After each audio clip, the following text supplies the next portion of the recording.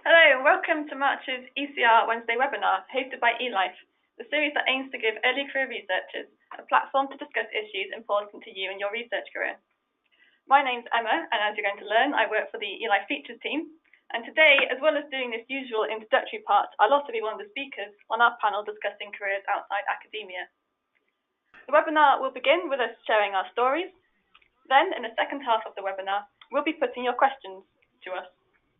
To ask a question, you can type in the question box on the GoToWebinar Functions panel, or you can tweet us, we are at eLife Community, using the ECR Wednesday hashtag. Please also join us on Twitter immediately after the webinar, where we'll be continuing the discussion under the ECR Wednesday hashtag. Today's chat will be moderated by Vinod from the eLife Early Career Advisory Group. Finally, I'd just like to let you know that we are recording the webinar and will make it available on YouTube in the near future. Now I'll pass over to Indrani to introduce the panelists. Hi, so I'm Indrani. I am a science editor at Jove, and today we'll be talking about the alternate career paths that are available to recent PhDs. And today I'm really fortunate to have three other amazing scientists with me who have chosen alternate careers themselves. So first up, we have Emma, who just introduced herself and the webinar to everybody. She's a features editor at eLife. And we have Reba, who will be joining us. She is an immunologist and a senior scientist at KSQ Therapeutics. We have Ben, who went into a very different direction with patent law. So I think that wraps up introductions for everybody, but what I would like to start off the discussion with is just a short, a brief introduction that we can all give about ourselves, in which we kind of talk about what made us choose this current career path and how exactly did we break into this role. So I can go first, and I'll then hand off the mic to Emma, Reba, and then Ben. So I finished up my PhD a few years ago at Dartmouth, and I did a short postdoc at Dartmouth again. And during that time, I realized that my interests actually laid somewhere outside of academia, or outside of the traditional path of academia. I realized that as much as I loved science, I was more interested in reading about it and kind of dissecting the little bits in my head rather than pipetting, let's say. So one of the things that I did during my time in grad school was I actually signed up for an online writing and editing course at Coursera.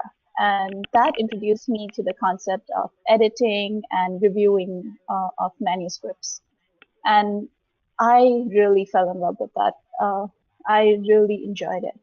Apart from that, I've always been kind of interested in scientific writing, per se. So that was another one of my checkboxes that got ticked in this current career. So when I was looking for careers outside of academia, I came across editors and the many different roles that editors can do. So I applied for many different editorial positions, and one of the things, the one that I ended up choosing me and me choosing them is a science editor position at Jove. And in this position, what my editorial duties mainly entail is speaking to a lot of different scientists, which is awesome. And I get to talk to them about their different research questions they're tackling in the lab, the different techniques that they have up and running in the lab. And once we can hash out a technique that would fit in with our journal, the manuscript comes in, and I then make sure that it fits with our format, the scope of the journal, and manage it through the peer review process. And apart from that, being an editor also gives me an insight into other aspects of publishing that I didn't have, I didn't even know were available to me before I joined in this position. been involved in a lot of marketing and writing, and I'm enjoying all of that. So with that, I'll just hand over the reins to Emma, who will tell us a little more about what brought her into publishing. Thank you. So I have to admit, I didn't initially set out to be an editor. Although I do live what I do now. So my job now, I'm not involved in the reviewing of manuscripts. I sort of help to write, edit, and commission what we call the magazine content at eLife. So this is things like feature articles, the insights, the eLife Digest, the plain language summaries that appear in research articles. And I'm also in charge of the stuff that appears on the eLife community page, and thinking of new ideas for what might be of interest to early career researchers, such as we did a very relevant series of interviews to this webinar called Working Lives that looked at people with PhDs who've since gone into careers outside of academia. And that was a lot of fun to sort of develop and perform those interviews. So I've been here for about 4 years now, and I was originally doing a PhD in material science. And I realised probably within the first year that I didn't want to stay in research. And then over the following year, I realised that the parts of my day that I enjoyed most were the days where I was going off to local primary schools to do some outreach activities with them. And so I thought, well, why not look into doing a career in science communication? And at this point, I was thinking very much sort of face-to-face type communication work. But I didn't really know sort of what jobs were actually available in that kind of area. So I started looking at job adverts online to see what skills they were looking for, to work out sort of how the skills that I had might meet their requirements, and also to sort of see what I might be missing. And one thing that I was missing that a lot of these jobs were looking for was the ability to demonstrate that you can write about science to lots of different audiences. And so I went out and I thought, okay, let's get some experience. And the great thing about, so if you're interested in a career in writing or editing and you're a researcher, is that it's really easy to get experience in a huge number of ways. You can, for example, you can write a blog or contribute to someone else's blog, and there are lots of people on the features team at eLife who started out that way. If you've got student magazines or newspapers at your institute, that's a great way to get involved both in writing and get some editing experience. Department newsletters, thinking bigger as well. Don't be afraid to sort of pitch articles to editors of like national magazines and journals, because we love to receive submissions from new people, although it doesn't necessarily mean that we'll be able to publish them. But not that scary, honest, either. The route I chose was to enter science writing competitions. My thought being that if I could sort of do one on one of these, it would look, sort of help my CV to stand out for other people. It's a high-risk strategy. I wouldn't recommend that you rely entirely on that. Although if you do enter a competition and and you don't win, then you can always repurpose your entry as a blog post. I'd highly recommend you do that. And I entered a competition called Access to Understanding, which unfortunately doesn't run anymore. But basically, you had to write a lay summary of a research article. It's a very similar to the job I actually now do, and I happened to win it. At which point I thought, well, maybe I should go into a writing career instead. And at this point, I still wasn't really thinking about editing. I wanted to be a journalist. My plan was to finish my PhD and then maybe do some internships, maybe do a journalism course and go that way. But then someone spotted an advert for a job at eLife as an assistant features editor and thought, wow, this is a job where you get to write lay summaries of papers. Sounds like it'd be a perfect fit for you, Emma. And I looked at it and I thought, well, this is my dream job. But even then, I still almost didn't apply because I looked at the requirements and I thought, well, I don't meet all of these. They're not going to employ me. I don't have any editing experience. They also wanted a PhD in a biological subject, which I didn't have. But I thought, what have I got to lose? And I applied anyway. And yeah, I was fortunate enough to get the job. So if I can sort of give like one piece of advice, I suppose, to anyone of you who is thinking of investigating the alternative career, it's really do apply for jobs, get to know the field, and never hold yourself back. The only way you can guarantee that you won't get a job is if you don't apply for it at all. Awesome.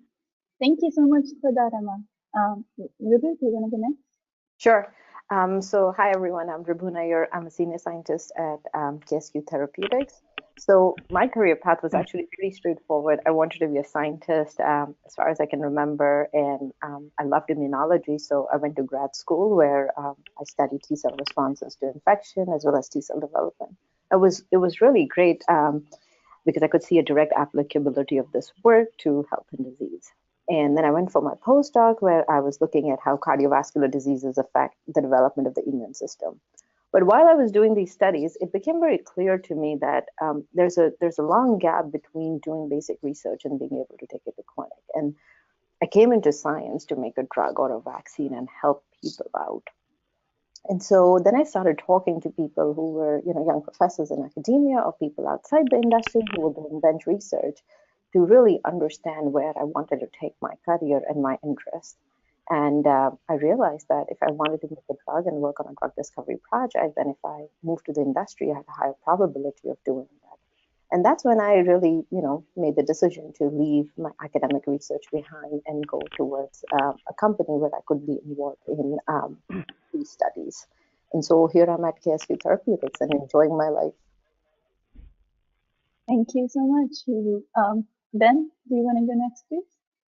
Hi, yes, thanks, and Johnny. So yeah, my name's Ben Tully. I'm a bit different from the other participants. I'm a European patent attorney at FR Kelly in Dublin. My technical background is in molecular biology. So I did a PhD in plant molecular biology at the University of Cambridge, and then I trained as a patent attorney at a London IP practice for 5 years, and I've very recently moved to FR Kelly in Dublin. Now I got into the career because I really wanted a clear career progression, but also I primarily wanted to learn a different set of skills from those that I'd learned in the lab. But I also wanted to use my scientific training, so it was a fairly specific set of requirements. But I wanted to use it in a practical setting. I also realized I really loved research, but and I really enjoyed the technical depth of my PhD, but my attention span's not great, and I really missed the variety of my undergraduate degree, being able to dip in and out of different topics. And so I wanted to combine the technical depth of the PhD with a variety of subjects, and that's kind of borne out in my choice as a patent attorney, I guess, because as a European patent attorney, I work with a range of clients, primarily in the life sciences area, and they range from multinational corporations and SMEs through to universities and spin-outs. And what I do is I help those clients to protect and develop and maximize the value of their research. And so that includes helping clients to develop an intellectual property strategy which supports their commercial requirements, drafting and prosecuting UK, European and international patent applications for a broad range of biotech subject matter, arguing the case with examiners from patent offices across the world to get the best protection for whoever my client is for their technology, and also defending their patents against attack from competitors or attacking the patents of their competitors in oral proceedings which are held at the European Patent Office in Munich or The Hague in order to allow the client to scope to work commercially. So it's an extremely stimulating career. I feel intellectually pushed most days, and I'm learning all the time, whether that's about the latest technologies or developments in the law, or whether it's aspects of client management or commercial or legal strategy. And I use my scientific background all the time. It's necessary to talk with clients quite frequently about the developments in their technology and to understand it. You'll almost never exactly use your specific knowledge developed in a PhD, but understanding of the science is critical to doing it well. And I think that the clincher for me was essentially, in this job, you get paid to argue, which I think is fantastic. I mean, now I was a particularly argumentative child, so I love a good argument. And I think my parents would probably tell you that I grew up doing pretty much nothing else. So it's quite lucky because that's kind of half the job, really. So whether you're arguing with an examiner over whether a patent should be granted in the first place, or whether you're arguing with other attorneys representing other clients at opposition proceedings. A large part of the job is essentially being able to argue logically. A large part of my practice in particular these days is opposition work. So you really have to be quite strategic and think on your feet, which I personally find, exhilarating. So, but I appreciate that might terrify other people. So it's probably good to think about beforehand. Thanks. Thank you, Ben. That was very informative, especially for all the logical, argumentative people out there. So, one of the questions that I've gotten a lot in the past, and I would like everybody to kind of weigh in on this, is how important is your publication profile in your chosen career path? So, for me as a science editor, it did make a difference because it did make they did like the fact that I've been on both sides of I would be on both sides of the table. It makes sense for somebody who's gone through the publication process to have a better idea of what to do during the review process. So in my case, I would say that it definitely did play a role. Maybe not the biggest role, but it did play a role in to be a science editor. Emma, do you have something to add there? So in my case, it wasn't so much my publication that counted, but it was, again, I think having research experience and I guess sort of because a lot of my work is about sort of translating a research paper and summarizing it. So knowing how to read a research article was valuable. Again, like the subject knowledge wasn't so important. I was a material scientist and I now work in biology. But I did sort of have to prove myself that I could sort of catch up with all the sort of biology terminology as well. Was it important for your position at KSQ? I think, research papers in general are very important. They highlight a few things. They are a unit of productivity during your grad school and postdoc. They show your ability to take a project start to end. And if you have publications from multiple experiences like grad school and postdoc, they also reflect your ability to be successful in different environments and taking something, an idea, and figuring out the mechanism and taking it to fruition. So I think to some extent, yes, they're very important, but it's also important to bear in mind your situation. And if you think that you're not going to get a paper out of your postdoc or grad school, it's very important to start thinking early on that how are you going to find your next position, keeping that at the back of your mind and not stay in your current position for many, many years to come in the hope that you may get a paper. And what about patent law?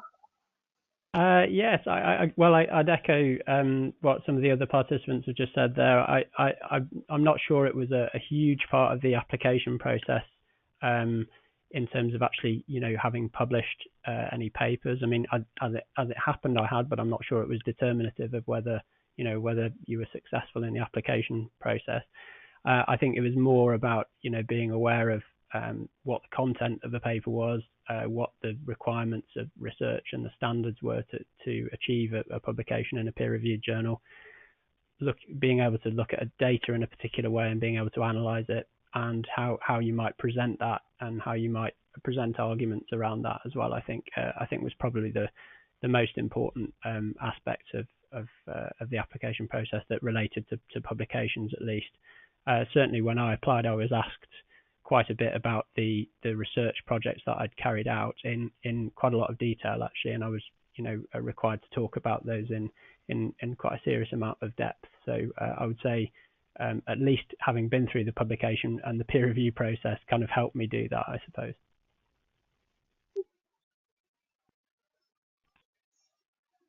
So that kind of brings me to another, well, I think we all kind of answered that, but is it better to have in-depth knowledge of a field or a broad overview of many different areas of research? So, I mean, I would probably vote for a broad overview of many different areas of research. I think it helps, like Ben said, it helps to be able to kind of analyze the research and the data presented in a paper rather than being the specialist in that one tiny area of research. But Reba, do you have something else to add then? I mean, I think it will depend on the position you're applying for. If the company is looking to hire somebody who has a certain skill set, then I think it's great if you have that skill set and that would, and you're a perfect fit to do that job. That increases your chances, I think, to get hired than somebody who doesn't know how to do it. So I think it would depend on the type of job you're applying for. Emma, did you feel like having a broad overview of different areas of research or having a very selective, but very specialized knowledge, would that be helpful in your position? I mean, it can be helpful if you sort of, let's say you're writing a summary of a paper and it's, they can be very technical. It can help if you have some knowledge of actually what's written to help you sort of more quickly digest the paper. But I also felt it was an advantage for me coming in as kind of an outsider, because I knew it was much more easy for me to know what level of understanding a non-scientist would have. So I'm writing these sort of broader articles because I was basically writing them so I could understand them. And it sort of been quite helpful for me to be able to hold on to that as I sort of learned more about biology and actually, got to grips with the field. Yeah, so I think ultimately it will depend on the position you're applying for. So if the position requires you to have a broad knowledge of different fields or to be able to look at those data and interpret it, then it may be good to have broad knowledge. And if you're applying for specific positions that require you to have very in-depth knowledge, then it would work that way. Then did either of these factors, was it an advantage for you when you were looking at your position? I think, to be honest, I think the most important thing, particularly for my job at the moment, is an ability to understand topics quickly and get to the technical detail quickly.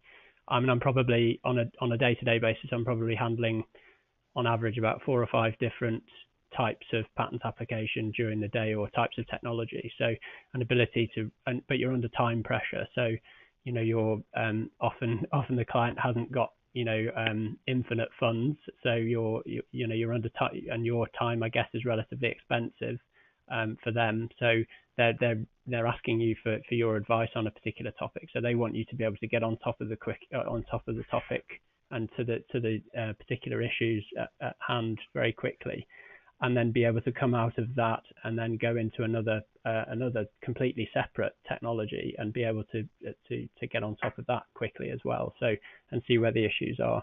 So I think from my perspective, yes, I think a broad kind of my undergraduate degree was very broad. It was in biology generally, and I think that's helped. But I think more than anything, it's an ability just to be able to understand things quickly and to ask the relevant questions. I think that was probably more decisive. So this is a question which I think is interesting for most people out there. It's how exactly did you break into this role? Like, what were the steps you took? What were the resources you used? And I think Emma actually talked a little bit about what she did during her time when she was still kind of like on the path to her dream job. So, I mean, I would just like to know what were the different resources that all of us used to get where we are today. So, Emma, do you want to tell us a little more about the exact way in which you broke into this current position? I know you just mentioned that it just came up. But... It's kind of hard for me to say how I broke in exactly, because it was, for me, it was kind of fortuitous, and it was someone I knew telling me about the job. This is before I started writing up my PhD thesis, so I hadn't even started like properly investigating how to get into the field. One thing I suppose I should say is sort of how the actual job application process works. So this is kind of your standard your standard application where you send in a cover letter and a CV. But the other important part of it is the writing sample. So in many writer and editor jobs, you'll be asked to provide a writing sample. It'll often be a sort of specifically not an academic writing sample to show that you can write for a broad audience.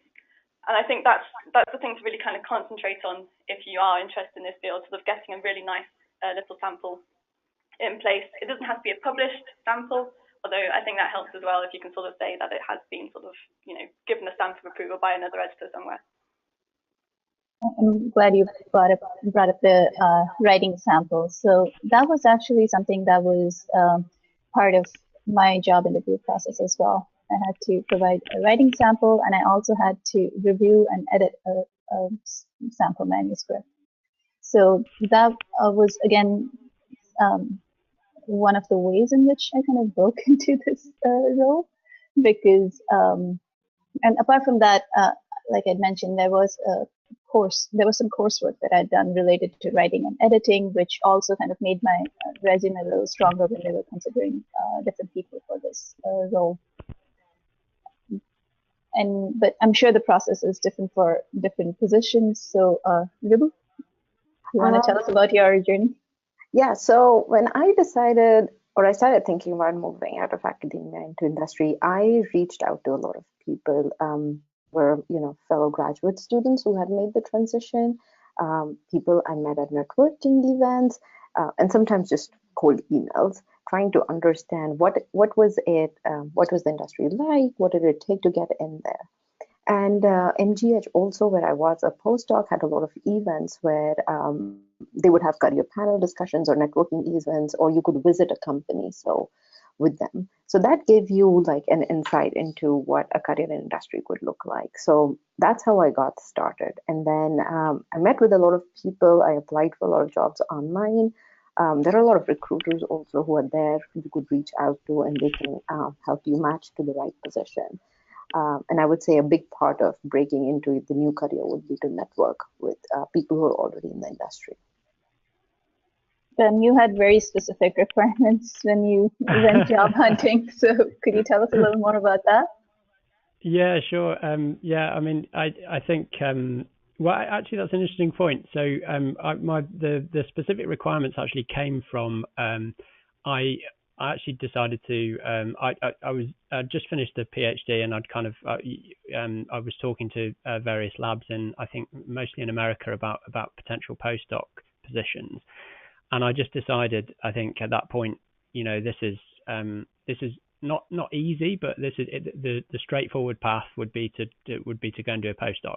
And there's nothing wrong with that per se, but I realized, I think that hadn't really, that would require less thought on my part, to go into that role, because there is an established path there. So I actually decided to take 6 months off, and I disappeared to South America, and I decided to use that time to write down exactly what I wanted from a job. And it didn't matter how long that took. I just wanted to come out with 5 or 6 different requirements, and then go about looking for a job. And I think actually that as a kind of pre-step, that was really important, because then when I came back, I really knew what it was I wanted, and I was able to focus my attention on exactly where I was going to apply. And then, like Emma, I'd actually met someone who was a patent attorney previously, so it became clear quite soon that role ticked quite a lot of my requirements. And so I emailed her, and she was extremely helpful in pointing out some useful resources. There aren't too many available with patent law, but there are a couple of web-based resources. One is, I think it was called Inside Careers, but has now migrated to ipcareers.co.uk, and that was great. That's a really good website. Also, CIPA, which is the Chartered Institute of Patent Attorneys, which also has a website with lots of useful information. So that was very helpful. In terms of the practicality of actually applying, firms don't. Well, it depends who you're applying for. I guess there are 2 strands to the job, really. One, you could go into private practice like I did. And that's where you work for a company which would work with a range of different clients, or often corporate entities, so big pharmaceutical companies, that sort of thing, would employ a patent attorney or a team of patent attorneys in-house, So you could take either of those routes, and I guess the recruitment, the practicalities of recruitment would depend on which of those routes you took. In private practice, they don't generally tend to recruit in cohorts, so you don't have to hit a particular time of year or anything like that. I just ended up sending, what seemed like hundreds of letters off to speculatively off to firms, and then perhaps only getting one or two replies. But that's kind of how it works. I think we can all relate to sending hundreds of letters out there and getting few replies back. But that's kind of what you have to do if you're taking the sort of unconventional route somewhere. That yeah, I think that's what my advice would be. Just keep applying and keep at it. So another question that I mean, this is a different workday from going into lab and doing your experiments and coming back home either before joy of something having worked or like absolute despair that something you've been working on for a week didn't work out. But what does a typical workday look like for everybody in their current positions? Emma, do you want to start off? So a typical day, basically, I sit in an office in front of a computer for most of it.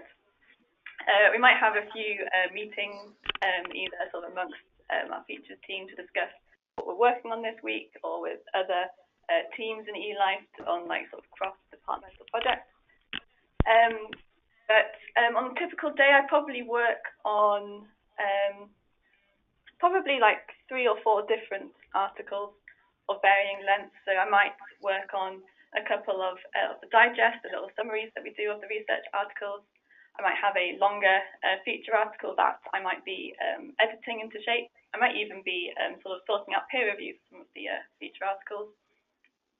Every day is like very different, but it's sort of, at its core, it's probably emailing people, looking at words on a page and trying to make them better.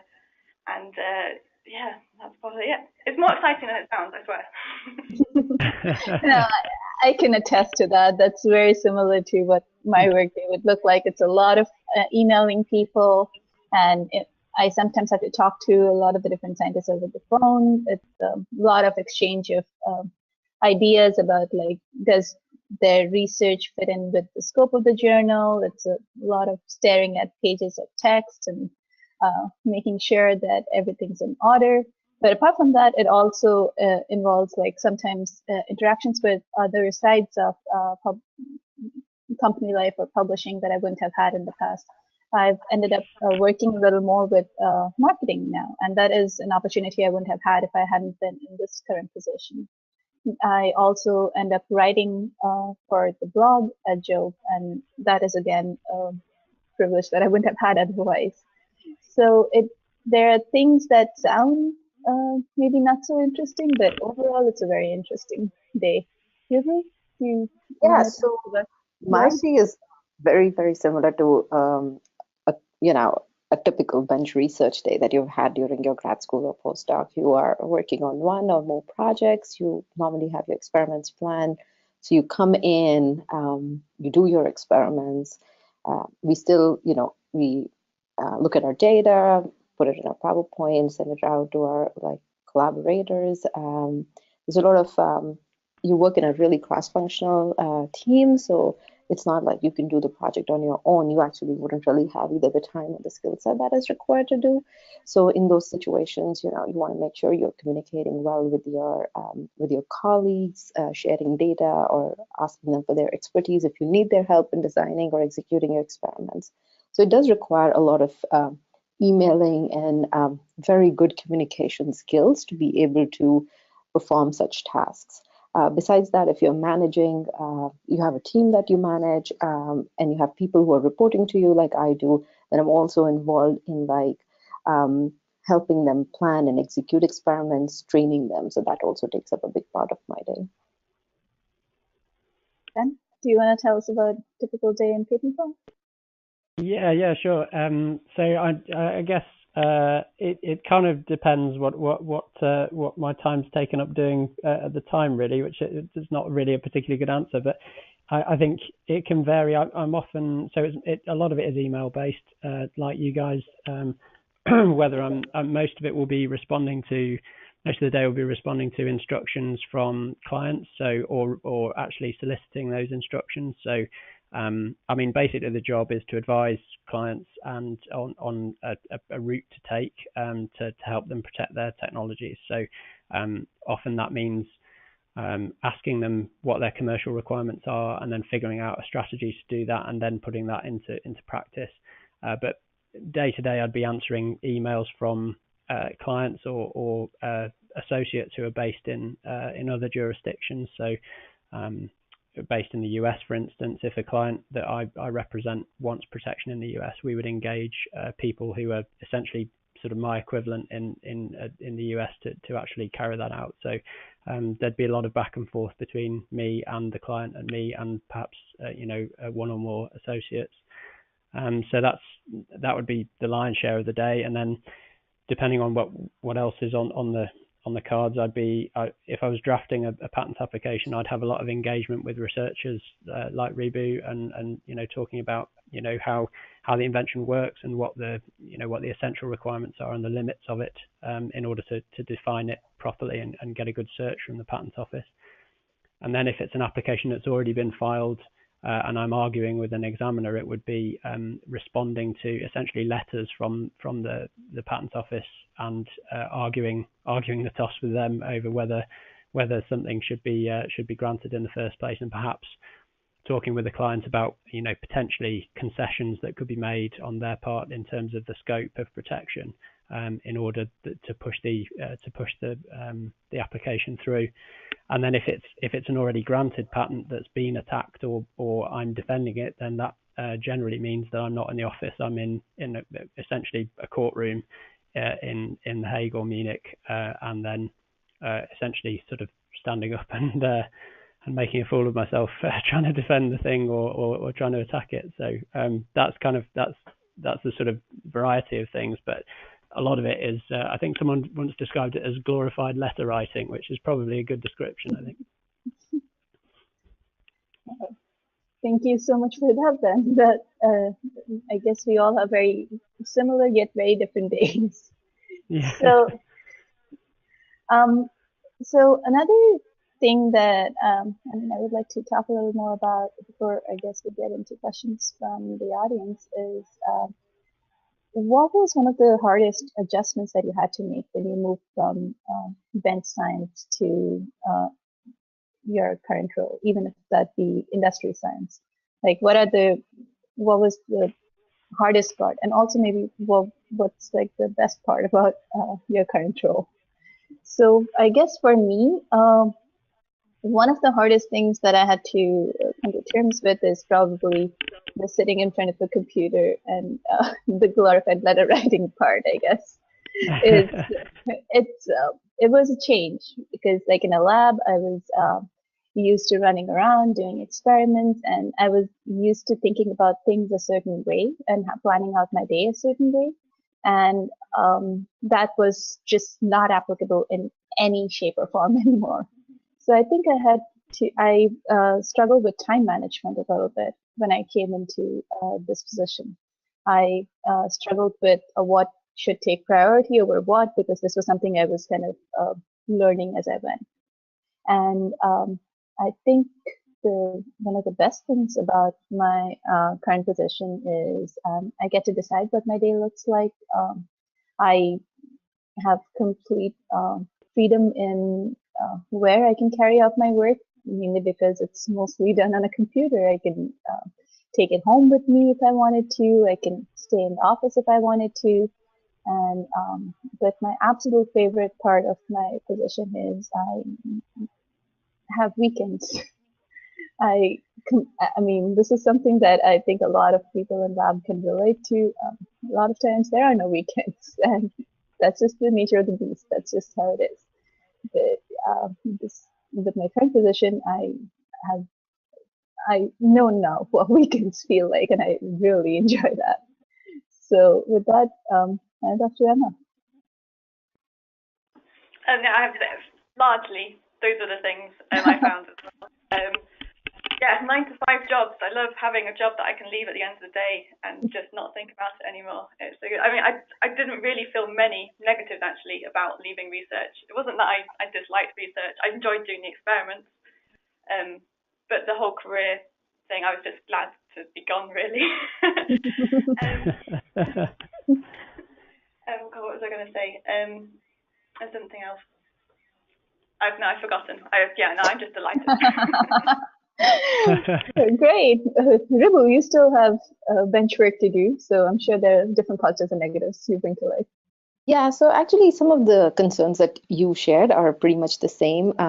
When you are in academia and you're running a project, your time is your own and you are the sole person responsible for it. When you move to industry, you're working oftentimes in teams, and the experiments, at least the ones I deal with, can be very complicated and require multiple people. So learning how to manage your time becomes very critical, and to be able to do it so that you can work with the entire team, get your work done. Then the ability to prioritize, that's another very big important factor that I had to learn to do. What experiments need to be done first, what are later. Also, like, we have meetings and sometimes it can be difficult to, work around them. So that's another thing that I had to learn. Initially, it was very difficult. I would say somewhat challenging, but then I figured out how to do it. And I think the fourth thing, which is very different between academia and industry, is like the mindset. So this was a great example that was given to me by someone else, that let's say you're trying to synthesize a compound A, which goes and does something. You could spend a lot of time trying to figure out what is the best way to get to compound A and highest efficiency, highest yield. Whereas without really testing whether it goes and does what it is supposed to do. So if you're in industry, you would make some compound A, go and test what it does. And if it really is working the way you want it to work, then you can go back and figure out how to make it better or more efficient and how to increase the yield. So I think like somewhat the mindset is different, and it becomes very important when you're doing your experiments to understand what data is nice to have versus need to have to push your project forward. Does that make sense? Yeah. Ben, do you want to tell us about what's good or bad about your job? Yes, of course. So I think I felt a bit like Emma, that I wanted a job that I could that I could leave when I left the office, but that hasn't really materialized. I can't really leave it. I've just kind of exchanged one set of stresses for some other ones, I think. But the deadlines aspect of being a patent attorney is really critical. If you miss a deadline, that's it really. So I think some people can find that really stressful. And you're kind of, you're responsible for keeping up with those deadlines. And sometimes, so you're on the hook for the deadline, but you're not always in control of when you're going to get instructions from somebody else. So very often you're in the office. You can be in the office for long hours or quite late, which is not that different from a PhD or postdoc necessarily, but at least in that situation, you're in control of what you're doing and how quickly you're doing it. So that was a bit of a challenge. I think one of the other things that people struggle with is going from being largely independent and in charge of your day-to-day activities, and going from perhaps being, an authority on a particular technique, or, you've spent a few years actually honing your research skills and you're actually really good at it, to actually going to a situation where you can't actually even send an email out without somebody looking over it, that because you're providing people with legal advice, and that can be quite a humbling experience. And so it can be quite challenging for PhDs and postdocs who've spent quite a lot of time working independently. There's no place for ego. You're essentially starting again, I think. And I think that probably the final one is exams. I think you can't really get through a discussion about a career in patent law without exams coming up at some stage or other. I mean, the flip side of learning all the time, which is great, is that you actually, in order to qualify, you're required to pass a series of professional exams. And these are foundation papers and advanced papers. And if you're working in Europe, that generally means you have to pass a set of papers which apply to whichever country you're in. So for me, it was the UK at the time, and then also a set of papers which allows you to practice in Europe. So it's a kind of like a two-tier set of exams. And so, I mean, you have to do foundations and exam and advanced papers. So there, I mean, that probably amounts to, I'd say, another 12 or so exams on top, you know, from start to finish. And they're extremely difficult, so not to be taken lightly, I don't think. And most of the advanced papers are sort of 4 to 6 hours long, so they're pretty challenging. And the quickest you can, because you can only take each of the sets of the exams annually, the quickest you can probably qualify is about 5 years. Most qualified attorneys take between 5 and 7 years. It's not unusual to take longer. And all of that has to be managed alongside your work. So the hours can get quite long and it can be quite challenging. So I think that is not necessarily a disadvantage. If you know it's coming, it's fine, but it's certainly something that's important to consider beforehand, whether that's going to be for you, because it's a long haul to find out that you don't like it. True. So I think we can answer questions from the audience. Okay, so quite a lot of people are asking if you had any worries about not going back to academia, and if you can go back to academia after you've chosen an alternate career. So I think for as an editor, any break that you take from academia will kind of be something you'll have to explain. But I think at least as an editor, I'm still tangentially related to academia, wherein I can say that, and it is true that I am involved in science. I'm still involved in the analysis of science. So I don't visualize it being too big of a problem if I decided to go back to academia at any time. And also my PhD, my expertise in my field, that's not going away. So I may have been out of touch or out of the game, academic game for a little bit, but I don't visualize it being a big problem. But different positions will have different stories to tell here. Anna, do you want to add something? I remember sort of when I took the job at eLife, my PhD supervisor sort of sat down with me and he said, you know, think hard. There's some careers that you can go into at any time, and some careers that if you leave, you can't go back into. Which again, I disagree. In fact, at eLife, we just had someone who's just gone back into academia after a year, sort of working with us, sort of doing some community management stuff. So it's definitely possible to return. Mm-hmm. Yeah, I don't see the challenge or any issues arising. So as a I'm a scientist in the industry. I'm still doing research. So as you said, I don't think my skills are outdated. So I don't really see that as being a problem. But I think I think this sort of a fear is very natural when you're thinking of leaving academia and moving somewhere else, because you've just spent so much time being in academia. And I would say, don't be afraid to make a career change, because unless you try it, you not know whether you're going to enjoy it or not enjoy it. Ben? Yeah, I would agree with the other participants. Actually, I think, don't be afraid of it. I think it's not going to go. Your experience thus far is not going to go away. I think particularly in my case, I've learned a lot of new skills which I think actually would be applicable, although I probably didn't know that at the time. So I think don't be afraid of it, and you can always. I think you can always go back. I don't really see a problem with that. So the next question, did any of you have any restrictions on where you could take a position? And if so, how did that affect your job search? Well, I mean, I think when I was looking for positions, I was looking at two things. I either wanted to go into industry science, or I was looking at the editorial aspects of different journals. So those were pretty much my only restrictions. And I applied, I sent out a lot of applications for both of those career opportunities. So I don't think I had a lot of restrictions that I was keeping in mind, but I do remember that Ben was very specific about what he was looking for. So maybe he'll be the best person to answer.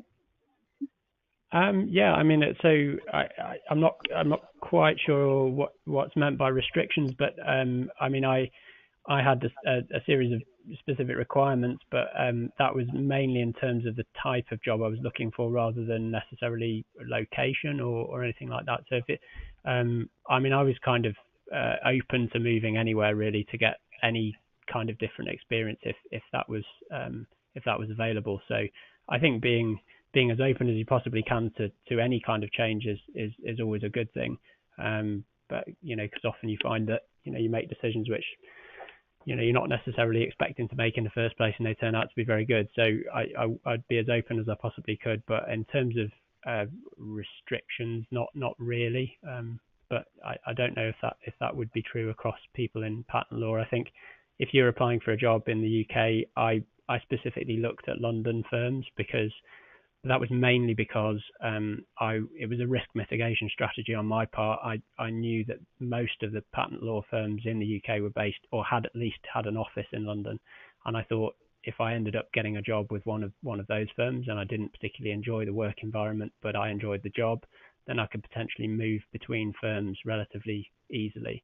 Whereas if I moved to an office which was based in I don't know, in the north of England, which is kind of where I grew up, and then perhaps the opportunities to change would perhaps be more limited. So that was a consideration. I'm not quite sure that answers the question, but Really? Any restrictions on working? So I'm also not sure what they mean by restrictions, but there's just a couple of things I would like to say. So one, I agree with Ben's. When I was looking for positions, both for my postdoc and for my career outside of academia, I looked in big cities because there were more labs. So if I didn't like the lab I joined, I could go to a different lab, or if I didn't like the company I started with, there were a lot of jobs around. And so that didn't mean I had to relocate in case something didn't work out. And then the other thing that I'd like to say is that I'm curious, like what the person means by restrictions, but it's very important when you're looking for these jobs to know what you want to do next, because that will help you decide what sort of positions you want to apply for and where are the jobs located, and if you want to move into those into that career direction as well as in that area. Anna, any restrictions? Yeah, so I didn't really have time long enough to think about restrictions. I didn't really have any at the time. But sort of follow on from what Ruby said there. Yeah, thinking about where you're going next, I was prepared, if I hadn't got this job, to possibly sort of spend a year or so maybe commuting to London from Cambridge every day, maybe taking on like quite a low-paid internship, sort of with the idea of just getting experience that would allow me to go into editing. And that would have been like quite hard, I think. I don't know if I would have actually been able to do it for a whole year, but I would certainly have to like cut back on other things in my life to progress my career if it has been necessary.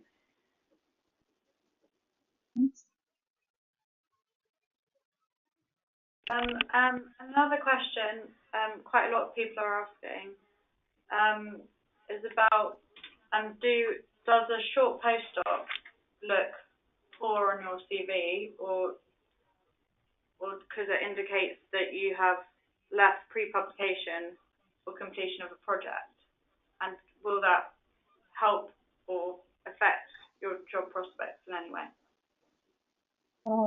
I did a very, very short postdoc, probably about 6 months or so. And I don't think that worked against me. I basically had realized maybe during my last year of my PhD or sometime during that postdoc that I did not want to be in academic science anymore. So once you've made that realization, I don't think it works against you, because you would want to, whenever you're interviewing with your potential employer, the good thing about it is that you actually came to that realization and you took steps in order to move your career in the direction that you wanted to move it into. You didn't sit back and spend a year in the postdoc instead of actually doing where you want doing what you wanted to do. So I think that that is a positive rather than negative. But I mean, that has been my experience with a short postdoc. I don't know if other people have something else to add there with their postdoc experiences, the length time, if that affected their job prospects in any way. Yeah, so I can give you my 2 cents on it because I did a 2-year postdoc, and when I moved to the industry, I did not have a paper from my postdoc. So this was definitely a question that I had, whether it will, if I leave the postdoc early, will it look bad on me? Will it show that I can't take a project to completion, or will I appear as a job hopper?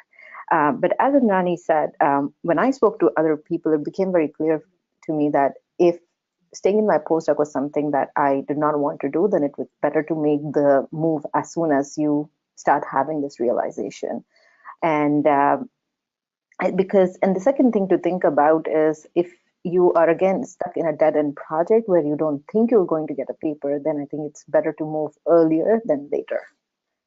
And the last thing to think about is the kind of job you're applying. If you think you already have a skill set and there is a job out there that you are your skills are very complementary to, I would recommend that you apply for those positions and see what happens. Thank you. Emma, Ben, your thoughts? Nothing to add.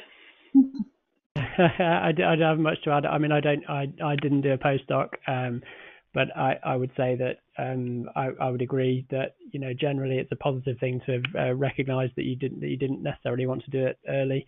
I think also most people would recognise that you learn most from a new position in the first few months of being there. So, I mean, sticking around, you perhaps, you know, your return on that initial investment is probably decreasing as you go. So I think it's probably a good thing that you recognise it early. You probably know enough by that stage to know that you don't necessarily want to pursue it. And certainly in terms of qualification for patent law in the biotech area, you would almost certainly need a PhD, but a postdoc isn't necessarily a requirement. So if you're on the fence about doing one in the first place, then it's not going to harm your prospects if you don't have one, certainly. So yeah, that's all I would add, I think. Yeah, I think recently I've also noticed a lot of people are moving directly after PhD into industry positions, and they may or may not have postdoc experience or very short experience. So I'm not sure. I don't think not having a postdoc experience or a short postdoc experience would count against you. I think it would count positively, like everybody else said, that you've realized that you want to move to a different career direction, and then you're acting on it.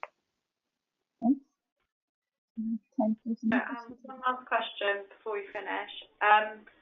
So people were wondering if there were any courses any of you took in editing or publishing that helped you get into a career outside of academia? So I did take a course, which is, I'm not sure, I mean, it did make my resume a little stronger, but I'm not sure that it's a requirement.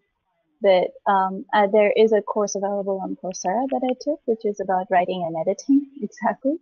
And I did enjoy it a lot, and I do think that it helped my resume appear stronger. But one of the things that I do recommend for people who are trying to break into this position is do peer review articles. As once you're done with a PhD, do go ahead and peer review articles, because that counts. That experience, I think, counted more than the course, but I can recommend that course on Coursera. Nani, can you comment on, like, how did you get those peer review articles? How did sorry.